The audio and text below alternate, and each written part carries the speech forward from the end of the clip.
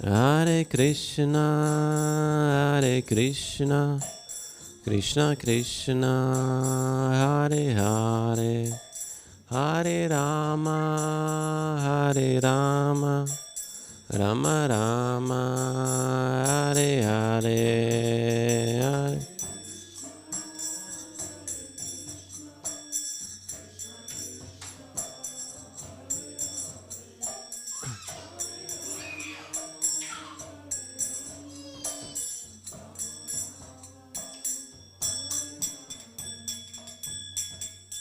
Shri Shri Radha Madhava ki jai, Shla Prabhupada ki jai.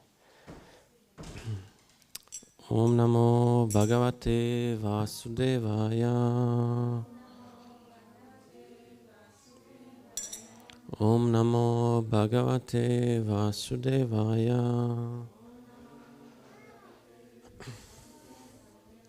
Om Namo Bhagavate Vasudevaya. We are reading from Srimad Bhagavatam, 3rd canto, chapter 26, Fundamental Principles of Material Nature, text is number 18. Please repeat after me. Antah Purusha Rupena. Anta Purusha Rupena Kala Rupena Yobahihi Kala Rupena Yobahihi Samanvatyesha Satvanam Samanvetyesha Satvanam Bhagavan Atma Mayaya Bhagavan Atma Mayaya Antah Purusha Rupena Kala Rupena Yobahi Samanvetyesha Satvanam Bhagavan Atma Mayaya Antah Purusha Rupena Kala Rupena Yobahi Samanvetyesha Satvanam Bhagavan Atma Mayaya.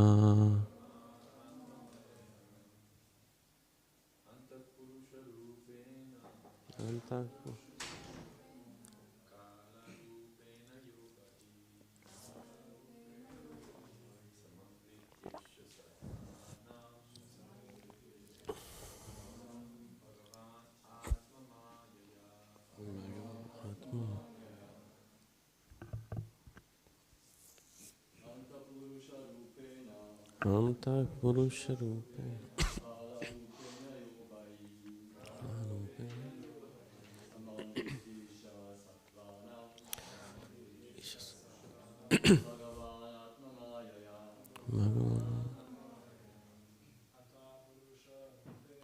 Anta Purusha Rupena Kala Rupena Yobahi Samanvetyesha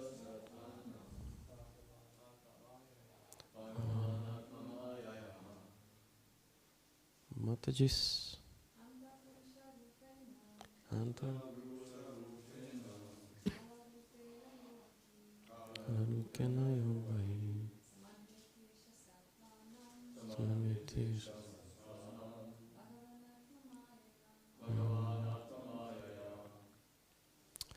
Antaha within Purusha Rupena in the form of super soul.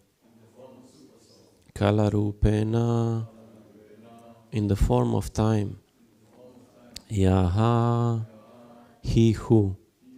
Bahihi without. Samanveti exists. Eshaha he. Satvanam of all living entities.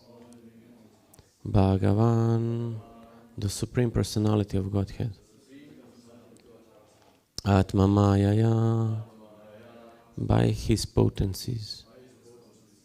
Translation and purport by His Divine Grace A.C. Bhaktivedanta Swami Srila Prabhupada. By exhibiting His potencies, the Supreme Personality of Godhead adjusts all these different elements, keeping Himself within as the Super Soul and without as time. Purport.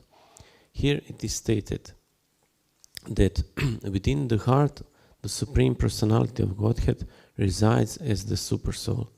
This situation is also explained in Bhagavad Gita. The Super Soul rests beside the individual soul and acts as a witness. This is also confirmed elsewhere in the Vedic literature. Two birds are sitting on the same tree of the body. One is witnessing and the other is eating the fruits of the tree. This Purusha or Paramatma, who resides within the body of the individual soul, is described in Bhagavad Gita as the Upadrashta, witness, and the Anumanta, sanctioning authority.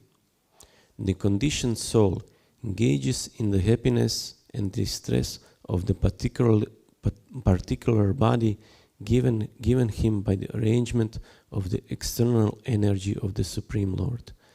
But the Supreme Living Being, or the Paramatma, is different from the conditioned soul. He is described in Bhagavad Gita as Maheshvara, or the Supreme Lord. He is Paramatma, not Jivatma. Paramatma means the Super Soul, who is sitting by the side of the conditioned soul just to sanction his activities.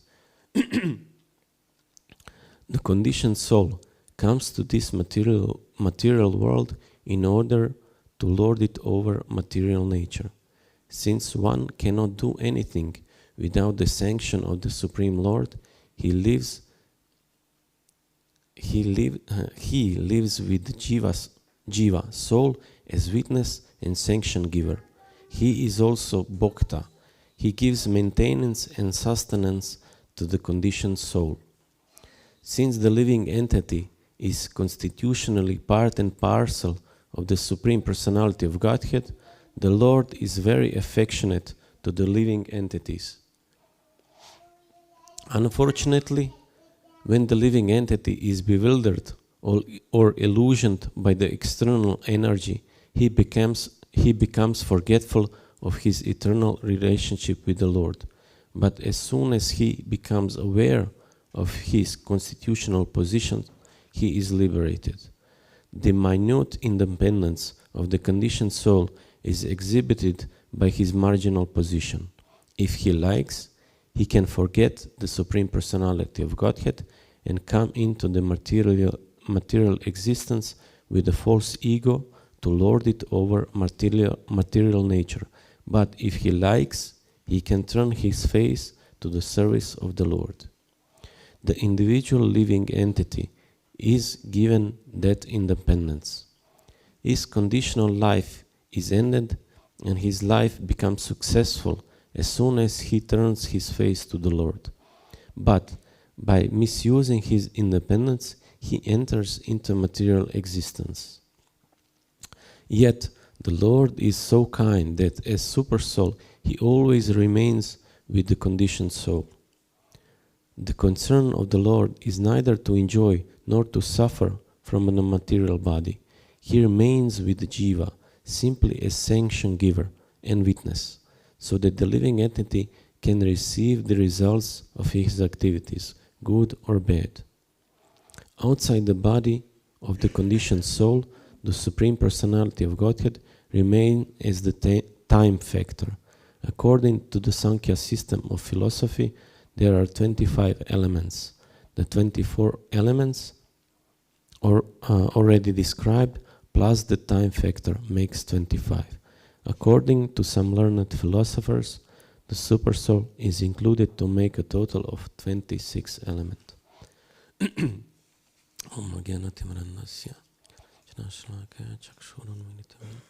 Tasmai Shri Guru Nama Vishnupada Krishna Prashtavotare Srimate Bhakti Vikarsh Swami Nitramine Namo Krishna Padaya Krishna Prashna Bhutane Srimati Bhaktivedanta Swamini Tramine Namaste Saraswati Deve Gaurani Pracharine Nirvishesha Shunyavadi Paschatya Deshatarine Jai Shri Krishna Chaitanya Prabhu Nityananda Shri Advaita Gadadhara Shivasadi Gaura Bhaktavrinda Hare Krishna Krishna Krishna Hare Hare Hare Rama Rama Rama Hare Hare Anta Purusha Rupena Kala Rupena Yobahi Samanvetyesha Sattvanam Bhagavan Atma Mayaya. By exhibiting his potencies, the Supreme Personality of Godhead adjusts all these different elements, keeping himself within as the Supersoul and without as time.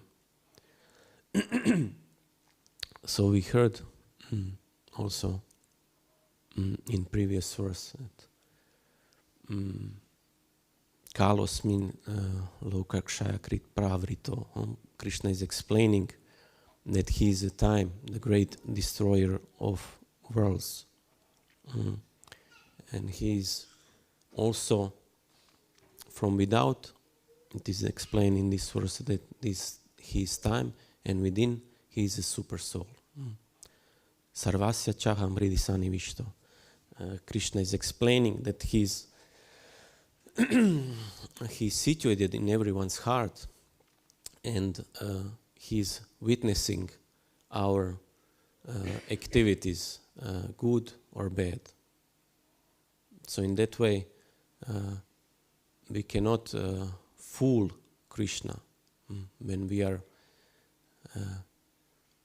leave this body, and when we come in front of Yamaraj to give us our account of our good and bad activities. We cannot lie to him. We cannot say, oh no, it didn't happen. Because Krishna is a super soul. He is a witnessing of our every activity.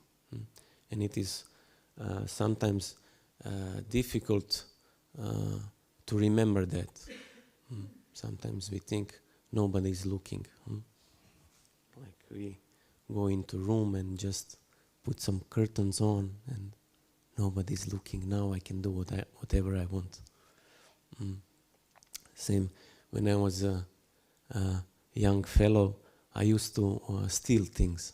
I just took them, and I would go in a supermarket and just go in front of some sweets, some chocolates, and I would just look left, look right. Nobody's looking, and I would just take chocolate and put it in my pocket and just go outside. Nobody's looking. What is wrong?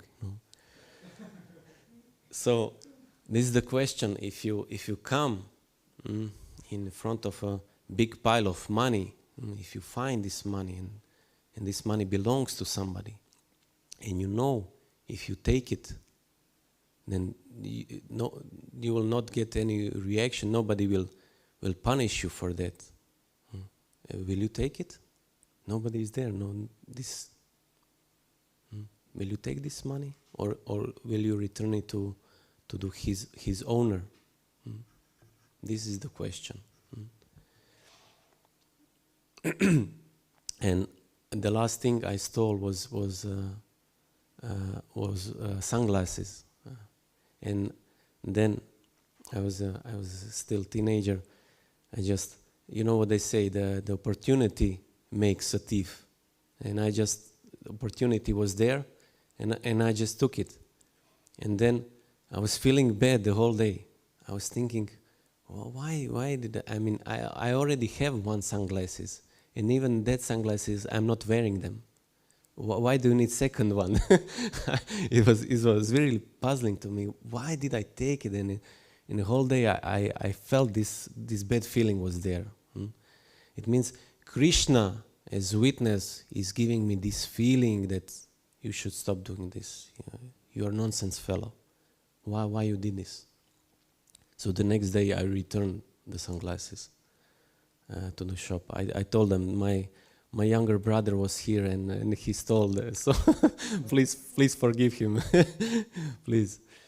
So it's not the last thing. Sometimes also, Mahaprasad, I also sometimes still like into Pujari room. The same technique. You look left, you look right. Nobody's there. You take some burfis, some sandesh, and put it in a bit bag.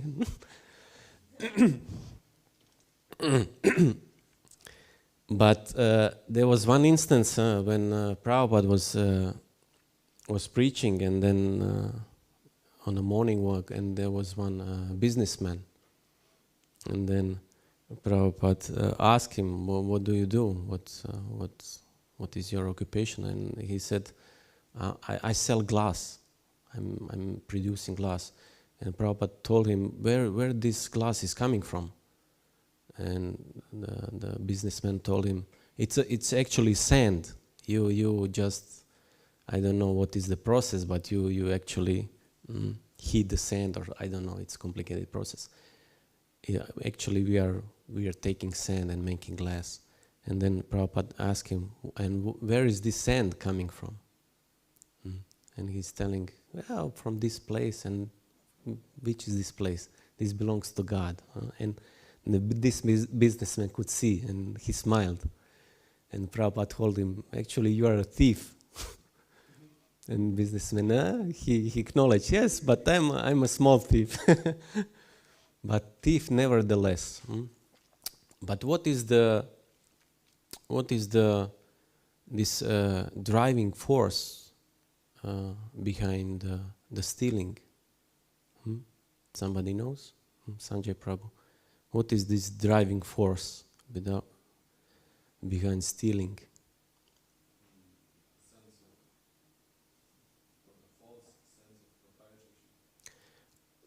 Greed. It's greed. We want to have that something we don't possess, and we want to possess it. It's a greed. We are greedy. There was a time when Yudhishthir Maharaj, he performed this Rajasuya sacrifice in Indraprastha. And then when Duryodhana was also invited, and then when Duryodhana saw all this wealth, because Yudhishthir, because he was powerful and he had very powerful brothers, they acquired this wealth, enormous wealth. And Duryodhana could see that all these kings are coming and they are giving so much gold to Yudhishthir, so much diamonds, so many gems, and he could not take this. He was going home to Hastinapur, and he was thinking all the time of all this wealth that Yudhishthir is possessing, and he could not take this. And in that way, he decided that he needs to destroy the Pandavas, and from this greed actually came this gambling match, because Duryodhana, he wanted to possess these things that Yudhishthir had, and they were banished for 14 years in forest, and after that still Duryodhana did not want to return the kingdom to Yudhishthir. Still the agreement was there. Yudhishthir, he followed this agreement. He didn't come from forest for 14 years, like he said it. He won't do it. Although Bhima and Arjuna, they wanted to attack Duryodhana, but Yudhishthir, he said, no, we will stay. And when they returned from exile, still Duryodhana, he didn't want to return the kingdom. And in that way, this great war took place at Kurukshetra. As we know, it is described in Mahabharata. All these kings had to die because of that. And we know that during that war, which lasted for 18 days, that sometimes Pandavas and Krishna, they did not act according to Dharma, you could say. They were dishonest, you can say. So why is that? Why they were dishonest? We know that Karna was a great warrior on Duryodhana's side, and he was a very powerful warrior. And when his chariot got stuck in a mud because of Brahmin's curse, he was killed. He was down of his chariot, and he was trying to put his chariot again into motion, so to say, to get this to get out of the mud. But Krishna said to Arjuna, "Kill him now." So this is the dishonest mean. It was not honest. And also when Duryodhana was killed, we know that Bhima and Duryodhana, they fighted with maces, and then Duryodhana was actually winning. Duryodhana, it is described that Duryodhana was the best disciple of Balaram, who was teaching them this mace fighting. And Duryodhana, he was prevailing in this fight. And then Krishna told Arjuna that he should told Bhima that he should strike him below the belt, in these thighs. And Bhima did that, and he smashed his thighs. So it was also not dharmic, not according to the rules of fighting, we can say. And then Duryodhana was in a much pain, and he asked, he was complaining to Krishna, how come he struck me below the belt? This is not dharmic. How come it's you made such a move? But then Krishna explained that when you have the opponent, when you have an enemy that who is powerful or who is also deceitful, then you also can be deceitful in that way. And he reminded Duryodhana of all his sinful activities, of all these times when he acted adharmic, when he didn't follow the moral principles. He reminded Duryodhana what he did, how they killed Abhimanyu, for example. Abhimanyu was a son of Arjuna and Subhadra, and he was also a great warrior. Although he was a young boy, he was a teenager, and he was a very great warrior. And it took 5 or 6 great warriors to surround Abhimanyu and to kill him. Normally in this fighting, when fighting was going on, when 2 great warriors would fight, they would fight one-on-one. And Abhimanyu was killed. Like 5 or 6 great warriors attacked Abhimanyu at the same time. So Krishna, he reminded of Duryodhana of all his sinful activities, and in that way you cannot now call morality that we should now be moral to you. You cannot expect that.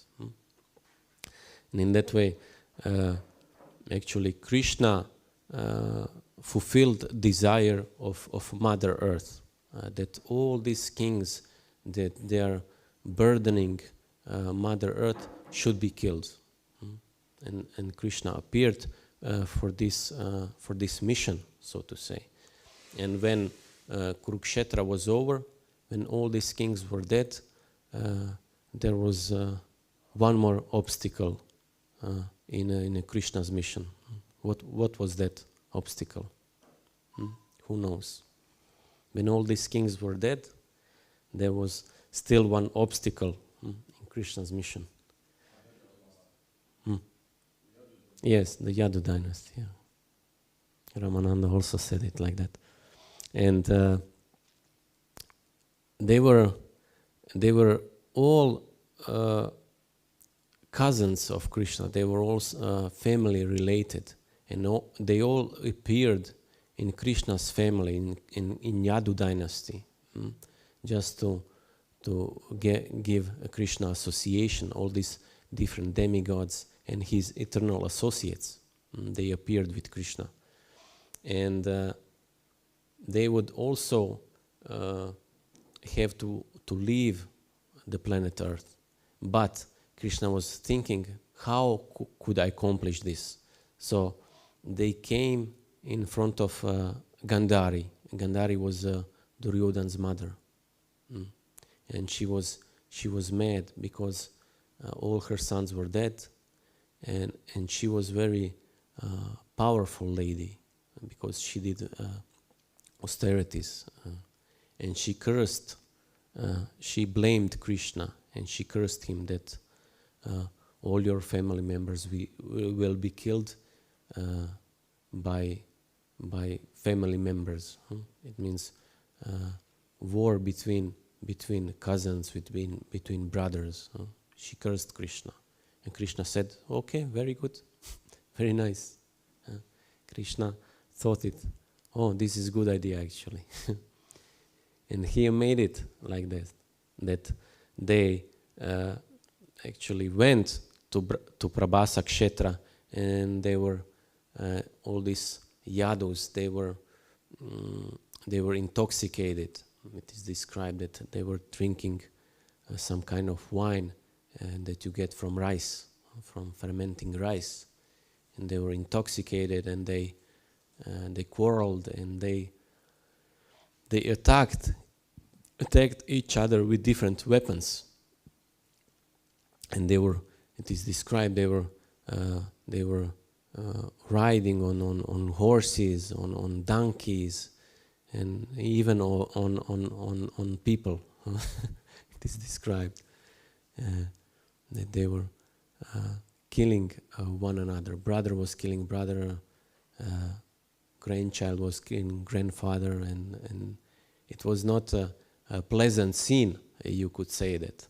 And they also attacked Krishna and Balaram. They could not see it. And then Krishna and Balaram also killed some of their family members. But then Prabhupada is explaining this does not mean that they cease to exist. Same as a sun. When a sun sets, we don't say that sun disappeared, that a sun is destroyed. No, sun is there. Same as this different Yadu family members. They continue to exist, but they will just return to their original positions, like on their because they were different demigods, different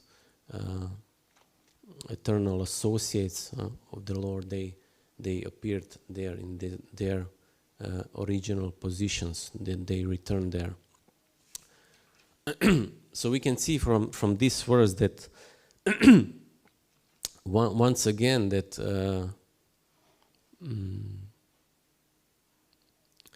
that Krishna is explaining to his mother. Again, he's giving this reminder that he's in our heart. And in that way, we have to remind ourselves always that Krishna is a witness of our actions. And in that way, we will try to stop act sinfully, and we will try to do what is pleasing to Krishna. And in that way, we will become.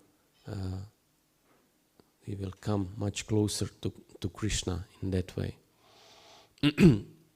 We can think that we can hide our activities, but Krishna knows everything, and whatever we do, it is witnesses there. It is written there. So we know that when Krishna was present on earth, that many great kings, they did not recognize Krishna as a Supreme Personality of Godhead. They did not recognize Krishna as Supreme Personality of Godhead. They thought that he was some kind of magician, because there was an instance when Bhishma Dev, he was fighting in this great war, and Duryodhana, he accused him then that Bhishma Dev, that he is not giving his 100%, so to say, that he's favoring Pandavas, and that he's not fighting with his full strength.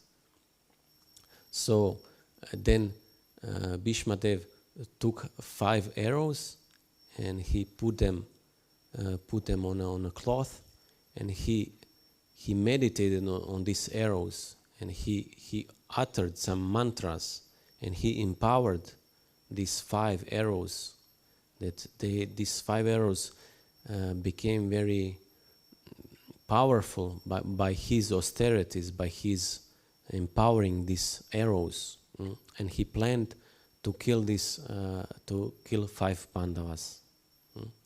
And then Duryodhana, he was very pleased, and he told Bhishma Dev, "Oh, give me these arrows. I will keep them, and I will give you these 5 arrows tomorrow when we start the war."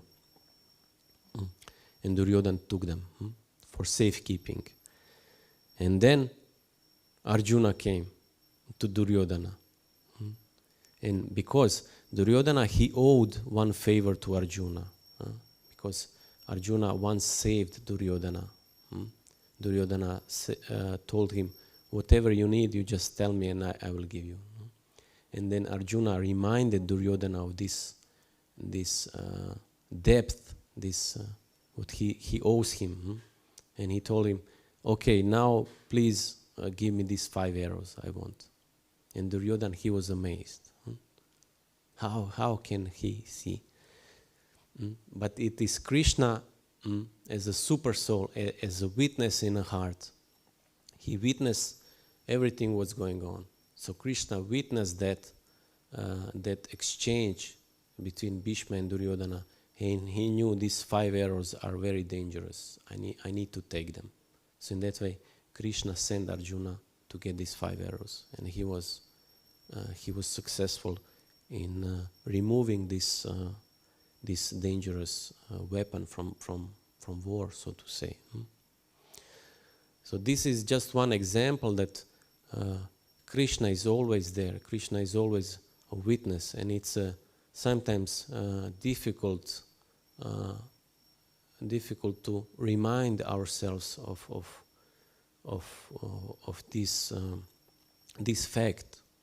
And we should always, when you start your morning, you should look yourself in a mirror and always feel that Krishna is there. Krishna is inside me, and I should act properly, and I should do whatever I can to serve Krishna this day, to make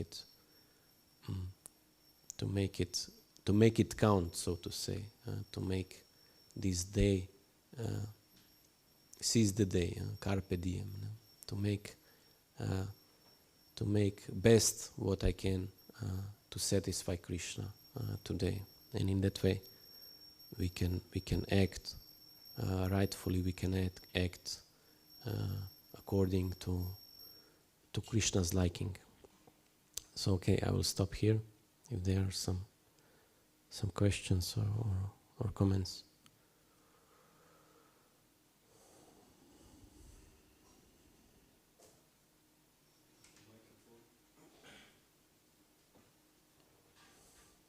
Okay, we will stop here.